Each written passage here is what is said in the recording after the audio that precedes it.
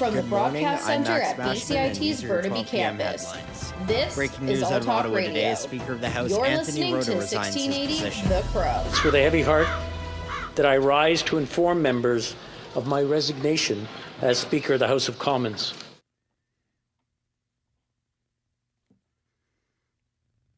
Rota, who landed in controversy for inviting a member of the Nazi SS to Parliament for an address by Ukrainian President Vladimir Zelensky, has faced harsh criticism from the House leadership of the NDP bloc and his own Liberal Party, all of which have called on his resignation. The Conservative Party was also highly critical of Rota and his actions. Prime Minister Justin Trudeau said the situation was extremely embarrassing, but made no public call on Rota to resign. This following meetings with House leaders from all major parties. Our second story of the day, Eby is set to address reporters in 45 minutes to discuss details of his meeting with federal officials, including Prime Minister Justin Trudeau in Ottawa over the last 2 days. Included topics in the discussion were housing, clean energy, infrastructure, and natural disaster response. In a post to social media platform X, Trudeau said he was involved with discussions about housing, Indigenous partnerships, and clean energy growth. In more BC news, 4 people have been hospitalized following a helicopter crash 55 kilometers east of Prince George. Mounties have indicated there were multiple passengers on board with the helicopter when the crash happened, but have not spoken to the extent of the severity of any injuries. According to BC's Health Service, 6 ambulances were sent to respond to the scene. And in addition to Mounties and paramedics, the BC Coroner's Service, a police helicopter, and 4 fire trucks were also at the scene. Regulators have approved an application to modify the route for government-owned pipeline. The regulators made the ruling Tuesday after hearing testimony from both Trans Mountain Corps and BC First Nation, which is against the route changing. By siding with Trans Mountain Corps, the government is allowing a detour for a 1.3-kilometer stretch of pipe in the Jaco Lake area of BC near Kamloops. Trans Mountain Corps argued sticking to the original route could cost an additional $86 million and take an additional 9 months to complete. The safe supply crisis in BC continues to claim lives. Joseph Auguste has the story. The BC Coroner's Report for the month of August has been released, and it shows the province is still facing a major safe supply and overdose crisis. The report showed that toxic overdose is the leading cause of death amongst 10 to 59-year-olds, with 78% of those deaths being in the 30 to 59-year-old age group, while 70% of people lost were male. Preliminary analysis shows that 174 British Columbians died of overdose in August.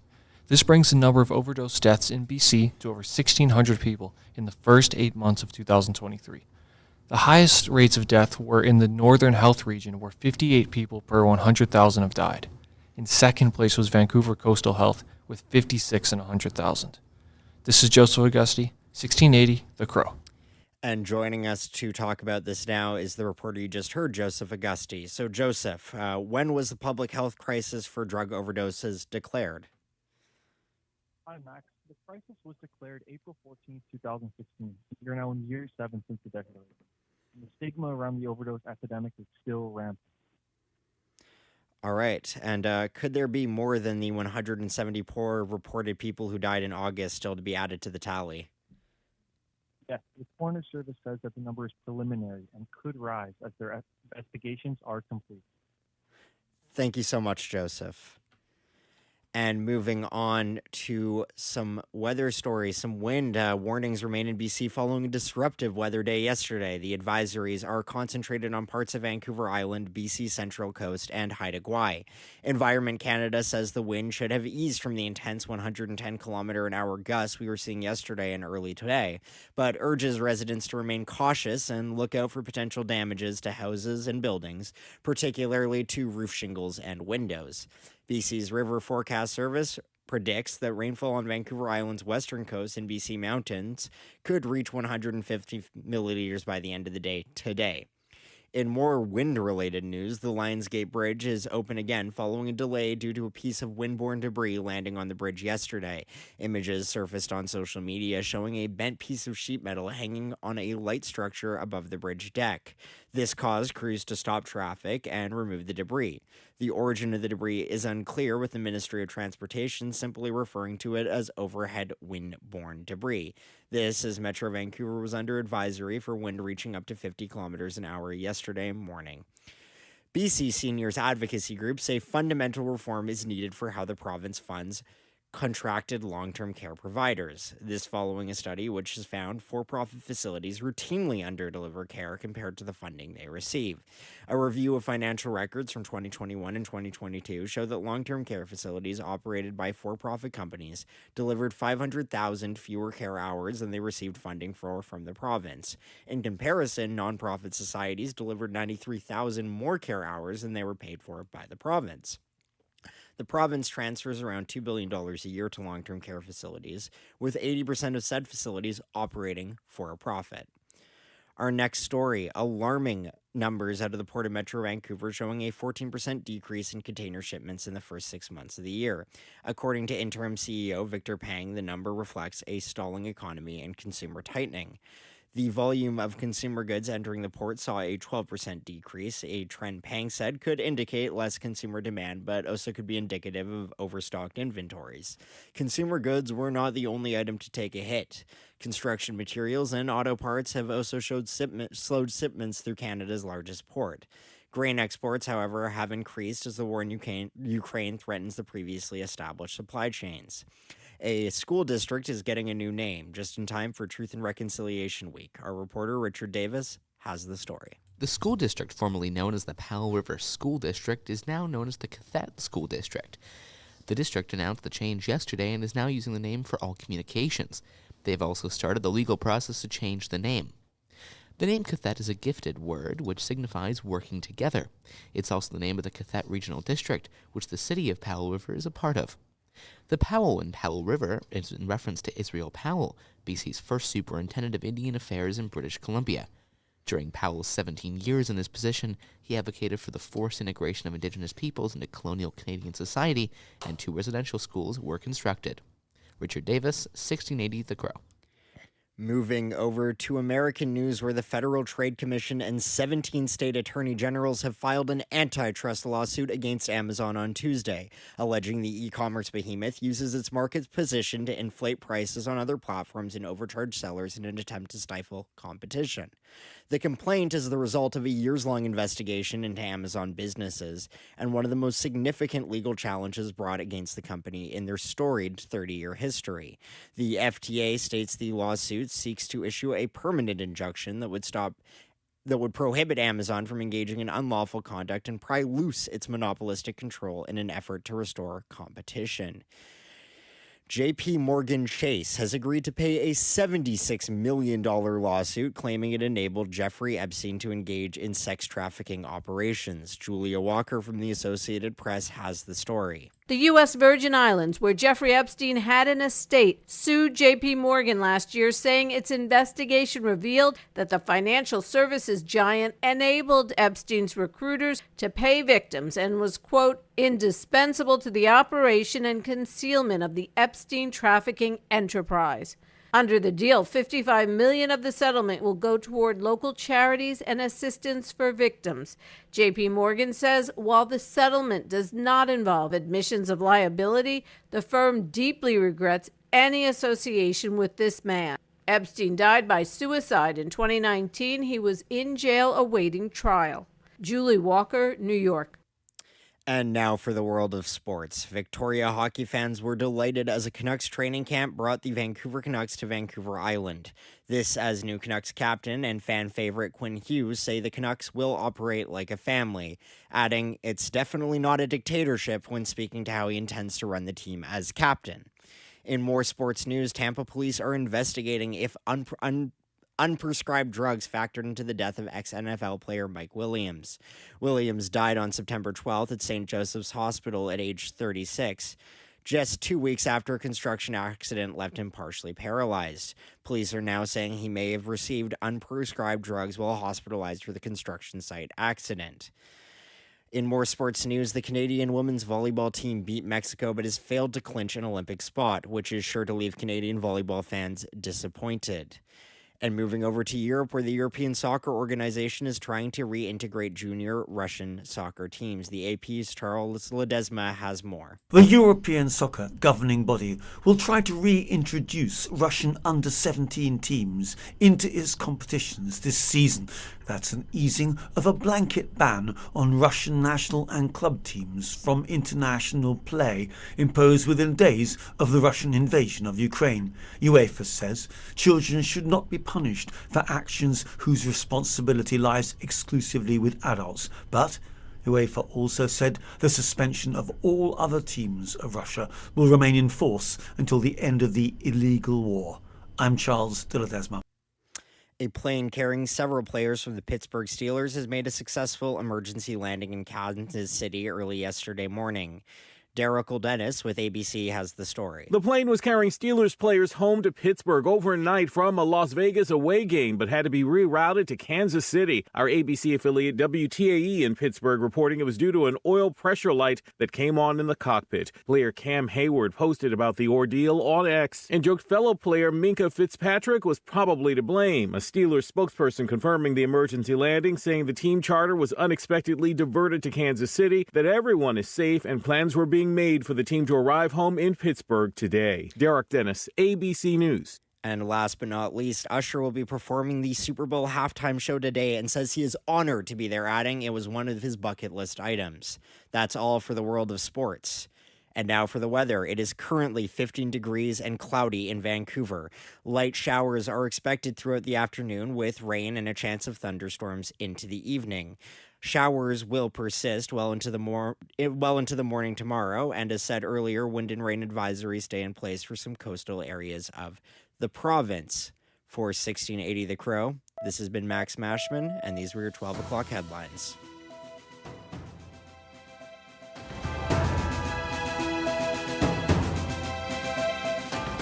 Stay tuned for more on BCIT's 1680 The Crow.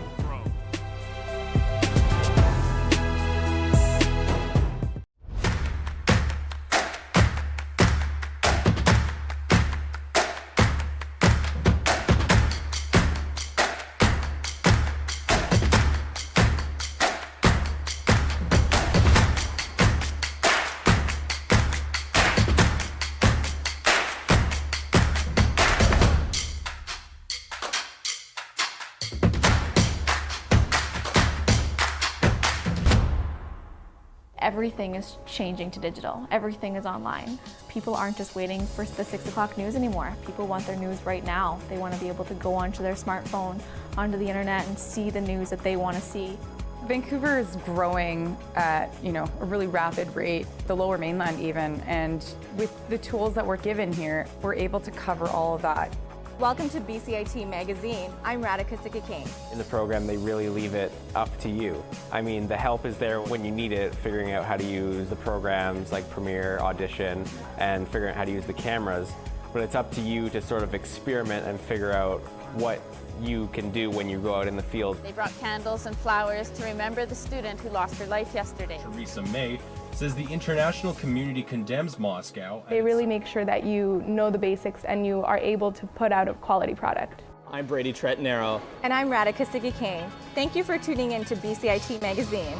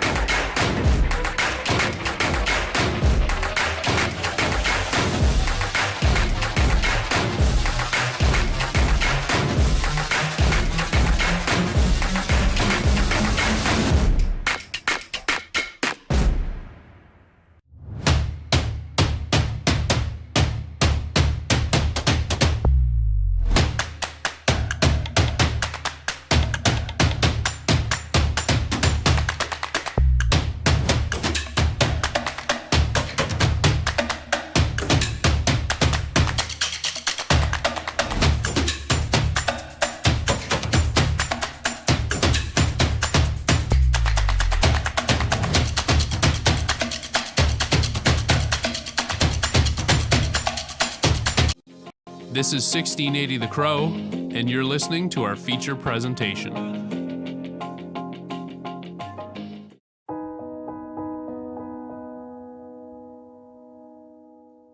There's a lot of people who are struggling to pay rent. I get calls all the time. You know, I'm a mom and I have a child. I've been working. I lost my job, and the landlord's going to kick me out next month. Well, what the heck? She's going to be homeless with a kid.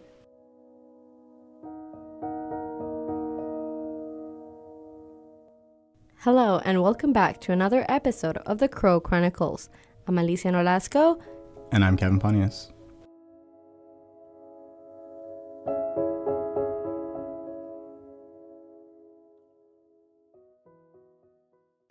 What you just heard was an excerpt of an interview with Jim Mandolin, who works for the Homeless Services Association of BC. Jim is also a former addict and gave us some great insight on our topic today. So today we're talking about homelessness in Vancouver, which has been a controversial topic for a while. So according to a study from SFU, the homeless crisis in Vancouver started in the 1980s, and it has gotten worse progressively. Alicia, why do you think the homeless problem has gotten progressively worse over the years? Well, prior to the 1980s, the federal government invested generously in the Canadian Mortgage and Housing Corporation. This helped adequate affordable housing, and there was a moment where it stopped. So by the 1990s, the province was now taking care of housing. And I believe it's one of the main reasons it started to get so bad. Over the years, we've had this stereotype when it comes to the homeless that you shouldn't be giving homeless people money because they're going to spend it on drugs or alcohol and they don't know how to manage money.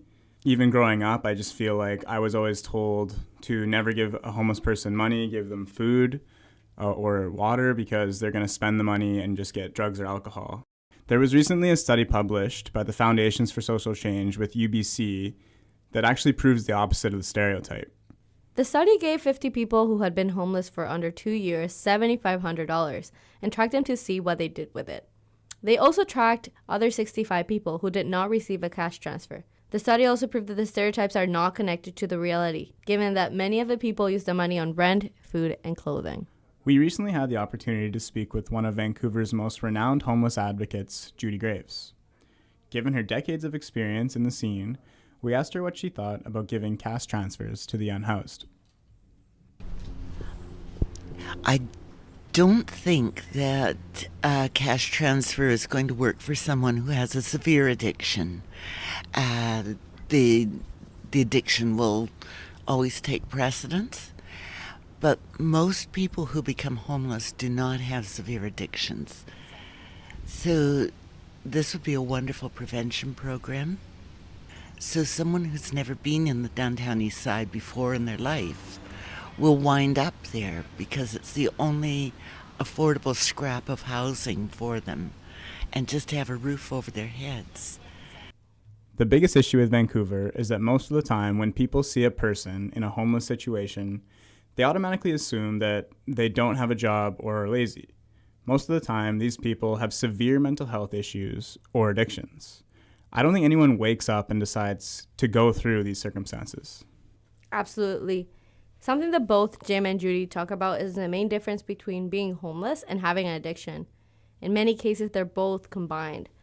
Someone who's already struggling to pay bills and one day gets fired can end up in the streets. I believe that we need to do a better job at supporting our community, no matter what issues you might have. I 100% agree. That is why this cash transfer project works great for people who need the money right away and don't have any addiction. Yeah, our homeless population is mostly contained in Vancouver downtown east side. And according to stats from the city, the government approximately spends $55,000 in each person per year. If we follow a project like the Foundation for Social Change did, this might be the solution that would benefit both the government and the vulnerable to save money. I totally agree. Because with this, the government could invest in giving immediate help to people with addictions instead of mindlessly funding shelters. Our guest speakers talk a little bit more in depth about this situation. I know there's some, big treatment centers, but sometimes there's like you're an addict and you decide, okay, I got to change my life. I want to go get some help. So they go to an addiction recovery place and they say, okay, you can come for help, but 1 month or 2 months or 4 months waiting list. So go back out and try to survive try to stop the drugs and alcohol or whatever the addiction is on your own, and then come back in 3 to 4 months. Well, that's not going to work. Someone's ready to go into recovery now. There is very little help for that. The thing that we've been asking for is detox on demand. That as soon as somebody decides that they want to leave the drugs behind, they need to be able to get in at that moment. It's a passing moment. They need to be able to get into detox immediately and be moved through to treatment immediately, housed away from the drug scene. If we were able to do that, we would save so many lives. We would save so many families. And it's not rocket science. I don't know for you, but for me, it's incredible to me that both Judy and Jim have been working in all sorts of scenarios as advocates and share the same opinion when it comes to addicts not getting immediate help. What is your take on this, Kevin? I think looking back at the study, it proved that the people they supported with the cash transfers ended up saving the government more money because it helped them get housing and other resources faster. This compared to the other people they tracked who did not receive any money and just had the support systems that are already there in place, to me proves that what Judy and Jim are saying is dead on. 100%, Kevin. The current system might not be working for everyone, and the answer to this is because many people don't feel safe going to shelters, especially when you're having a hard time dealing already with mental health issues and addiction. And our guest, Jim, was very open and candid about his experience in a shelter. There's many people. Some people don't want to even go in shelters. They won't go in shelters. I wouldn't go in shelters when I was a kid. I went into a Catholic Charities shelter when I was in 1970, and because I was molested in my life from all kinds of weird people before 15, then I didn't, like I'd laid down on the mat, and then there's all these men in there, and they're moving around in the dark, and I'm going like, they're going to come and touch me. So I couldn't stay. And I never stayed. There's no easy way to follow such a horrific and candid story. We just want to take a second to really thank Jim for being so vulnerable and open with us. And that is why we need to be empathetic about why some people just straight up decide to live in the streets. It's very easy to judge anything, really, but we never know what someone's going through. Judy Graves also talked to us about how people living under these circumstances get an urge to get better, but given the lack and shortage of resources, the desires can't be met. I do know from working with so many people who were addicted that every person who is addicted sometime during this year is going to wake up and say, I can't do this anymore. I've got to get out of this, and start trying to get into a detox. And they're going to be met with, well, we don't have a bed. We don't have space. No, you can't even sleep on the carpet. I think the main thing we have learned from researching this podcast and interviewing our amazing guests is that we need to try new things. There's no direct solution to the problem, and it's an extremely complex issue. But if we keep doing the same things, we're not going to improve anyone's lives. For sure. I think we could have more universities doing studies. Hopefully with some government funding, we could really start to understand what works and what doesn't. Because we already know what doesn't work, but we aren't doing enough to change it. Thanks so much for listening to another episode of the Crow Chronicles. I'm Kevin Pontius. And I am Alicia Nolasco. See you next time.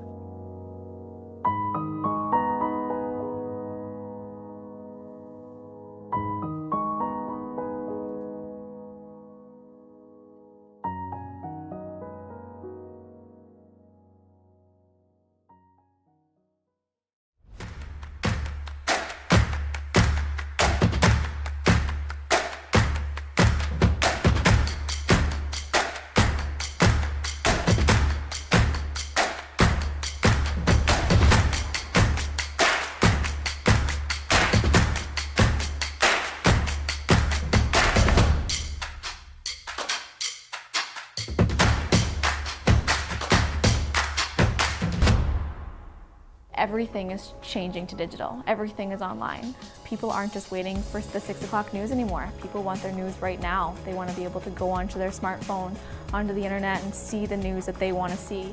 Vancouver is growing at, a really rapid rate, the Lower Mainland even, and with the tools that we're given here, we're able to cover all of that. Welcome to BCIT Magazine. I'm Radhika Sikakane. In the program, they really leave it up to you. I mean, the help is there when you need it, figuring out how to use the programs like Premiere, Audition, and figuring out how to use the cameras.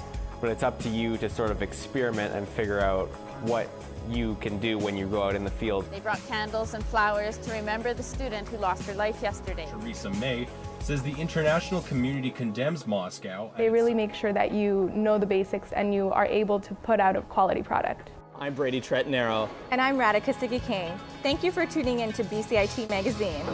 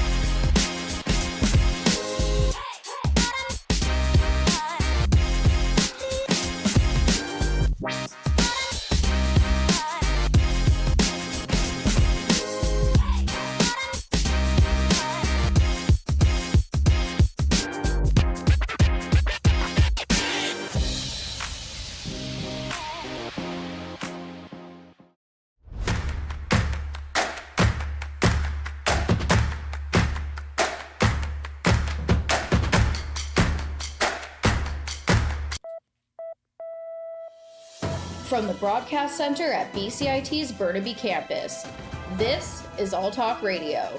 You're listening to 1680 The Crow. Good afternoon. I am Alicia Nolasco for 1680 The Crow, bringing you the noon headlines. Anthony Broda has formally resigned from his position as a Speaker of the House of Commons. Broda was subsequent to resign after inviting a man who fought for a Nazi union during the Second World War. During his resignation, he said it has been a greatest honor being a House Speaker and restating his apologies.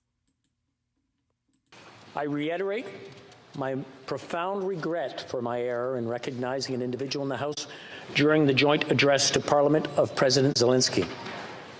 That public recognition has caused pain to individuals and communities, including the Jewish community in Canada and around the world, in addition to survivors of Nazi atrocities in Poland, among other nations. I accept full responsibility for my actions. Broda's departure will be in effect at the end of Wednesday, and in the meantime, the deputy speakers will share responsibilities for chairing House proceedings. Today morning, a helicopter crash was reported around 7:45 a.m. near Purden Lake at the east of Prince George. There has now been an update of the accident where unfortunately 2 people have died and 4 are injured. Transportation Board of Canada shared in a statement that this has been a fatal helicopter accident. The BC Emergency Health Services have not yet shared the condition of the injured. A school district is getting a new name just in time for Truth and Reconciliation Week. Our reporter Richard Davis has more. The school district, formerly known as the Powell River School District, is now known as the Cathett School District. The district announced the change yesterday and is now using the name for all communications. They've also started the legal process to change the name. The name Cathett is a gifted word which signifies working together. It's also the name of the Cathett Regional District, which the city of Powell River is a part of. The Powell in Powell River is in reference to Israel Powell, BC's first superintendent of Indian Affairs in British Columbia. During Powell's 17 years in this position, he advocated for the forced integration of Indigenous peoples into colonial Canadian society, and 2 residential schools were constructed.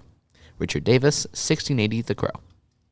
In more wind-related news, the Lionsgate Bridge is now open again following a delay to a piece of wind-borne debris landing on the bridge yesterday. Images surfaced on social media showing a bent piece of sheet metal hanging on a light structure above the bridge deck. This caused crews to stop traffic and remove the debris. The origin of the debris is unclear, with the Ministry of Transportation simply referring to it as overhead windborne debris. This is Metro Vancouver was under advisory for wind reaching up to 50 kilometers an hour yesterday morning. Moving into national news, a nurses' union in Quebec says job postings of local healthcare networks is discriminating people who are not fluent speaking French. The union president shares his discomfort to the situation, given the staff shortages and recruitment challenges in the health network. The union is now calling the Quebec Health Department to intervene. The Writers Guild of America said the Alliance of Motion Picture and Television Producers have agreed to many of their terms and tentative deal is ready for a member vote. But the strike isn't really over in Hollywood. The actors are still walking the picket line asking for the same protections, so the writers are back supporting them. Here's Jacqueline Lee in front of a picket line in Los Angeles with the details. SAG-AFTRA is very supportive of the Writers Guild having this agreement. Out here, the people on strike are saying if you see people in blue shirts, they are members of the Writers Guild, tell them congratulations. But of course, the Writers Guild members are coming out to support SAG-AFTRA because ultimately SAG-AFTRA does not have an agreement yet. They are also concerned about AI. They want to make sure that their members' name and likeness is not being used without their consent. Moving into weather conditions, today is mostly cloudy with a 40% chance of showers beginning late this morning. Temperature is 15 degrees and wind going southeast, 24 gusts, 36 kilometers per hour, and humidity at 74%. Later today, we can expect temperature of 15 degrees with risks of thunderstorms in the afternoon. Thank you for listening. I am Alicia Nolasco for 1680 The Crow.